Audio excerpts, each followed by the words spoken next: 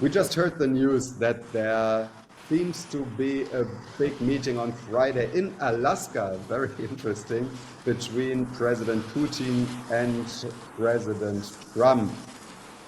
Adrian, you are still in Moscow at the moment. What do you make of all of this, and what have you heard in Moscow about it? Yeah, hi from rainy Russia. As you can see, it's not really summer weather. It was sunny just before, now it changes.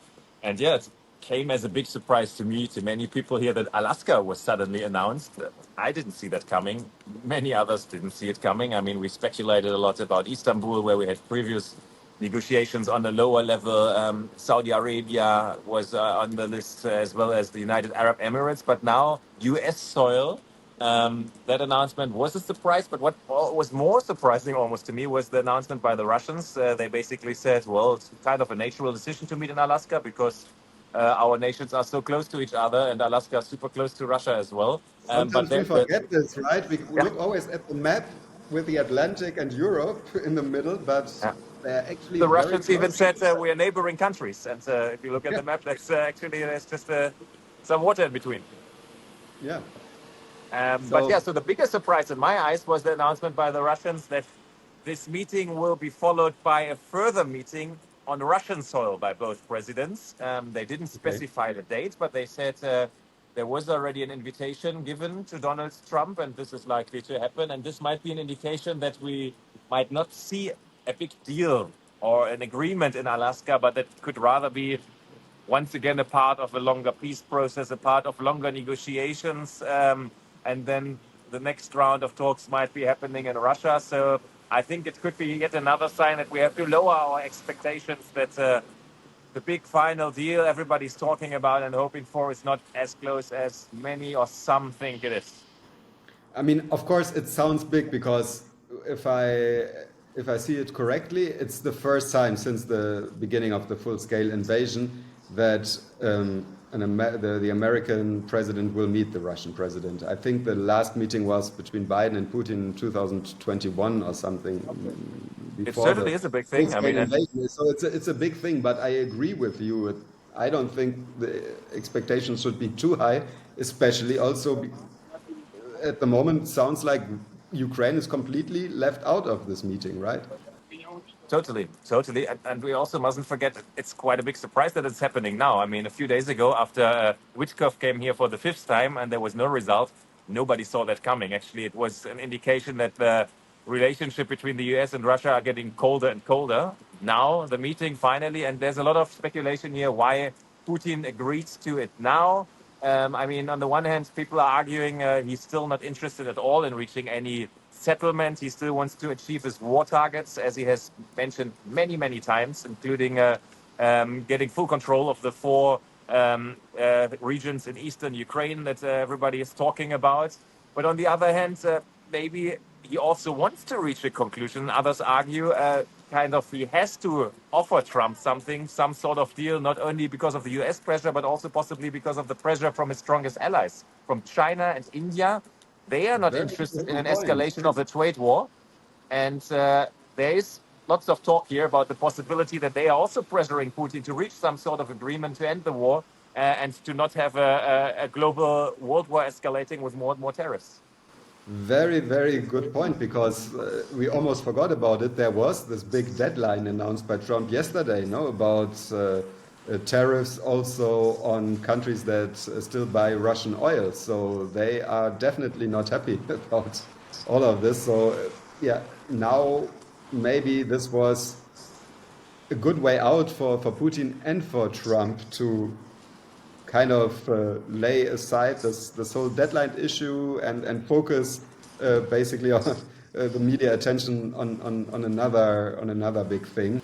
We will see how this whole thing will develop, but also I think there's been a lot of speculation now in the media. Also, maybe even Russia will say that they will not insist on Zaporizhia, Kherson, and so on. I think this is all speculation. This is all rumors at this point of time, or do you have other information there? Yeah, it's all speculation, but it's, I mean, obviously interesting because this is something that might be debated in the background. We don't know about it. I mean, there's There's talks that possibly Russia could give up some of the territories that they occupied that might not be so interesting for them, like territories around Kharkiv, for example, some smaller villages that they have under control, and in exchange demand control of other areas in these four regions that are important to them, that are already basically part of Russia in the Russian constitution, and that are still under, huge parts are still under control by the Ukrainians, including bigger cities like Kherson, for example, like Zaporizhia. So Yeah. I assume there's talks going on in the background, but these are really big decisions that are decisions that could possibly even threaten the power of both Zelensky and Putin, depending on how these decisions will be made and what deal will be achieved. And yes, there's so much talk always about certain territories, lines, and so on. And we must not forget there are so many other issues also involved in this. No, the demands, the Russian demands that Ukraine should become a neutral state, reducing its military, abandoning NATO aspirations, and so on. It seems very, very, very unlikely to me that all of this can suddenly be solved in Alaska next week, or do you think that it will be a substantial step forward there? Absolutely, I agree with you. I also think it's unlikely. And I had a talk yesterday with Boris Nadezhdin, one of the few remaining opposition politicians here in Russia who tried to run for presidency in the last elections, but apparently he was not allowed to run eventually. But he's one of the few remaining open war critics on the war in Ukraine. And he told me that They still he doesn't, exist, yeah, they even still openly. exist. Okay. Well, I mean, it's also a matter of speculation here why he is still allowed to be critic of the war. Some people argue that could be an indication that he sort of is part of the system. But yeah, he claims he's not. He thinks they let him still talk because he still has connections from back in the days, and he's an old man. But we never really know. But Okay. what he said was actually he doesn't expect any sort of solution because, in his opinion, both Presidents Zelensky as well as Putin, their faith is too much connected to this current war. They both have to basically achieve things there, otherwise they might be gone. And this, in his opinion, even counts more for Zelensky. If he gives away territories, he will possibly lose his job eventually. So that was his theory, that this might be the reason why there might be no interest. But yeah, of course. This sounds like a quite controversial theory, to be honest. No, because this would assume that for Zelensky, his job is basically more important than the fate of the country. I mean,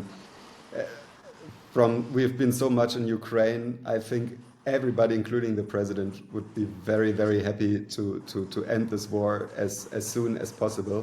But I get the point, of course. I get the point that also there are some speculations in this regard. Yeah. But But yeah, speculation that are also going from his point against Putin, right? I mean, yeah, also saying that he has to achieve something. I mean, if he just comes out with a deal that portrays him as a loser in the end of the day and the war is senseless, obviously that might not be in his interest and might, on the long run, also have an impact on his power. makes sense to some degree. Yeah, but let's see. There's so much speculations going on right now. Let's see what's going to happen in Alaska next week. You're not going to be there, right? I don't have a journalist visa, unfortunately, and it's equally complicated these days to get a journalist visa for the US than for Russia, it seems. But I might be in Ukraine or in Russia again. Who knows? Let's see. You have a visa, right? But you won't be able to make it, or? Yeah. I still have a visa for a journalist visa for the US because I was there 2 years ago, and I think they are always valid for 5 years. But I also doubt that I'll be in Alaska next week.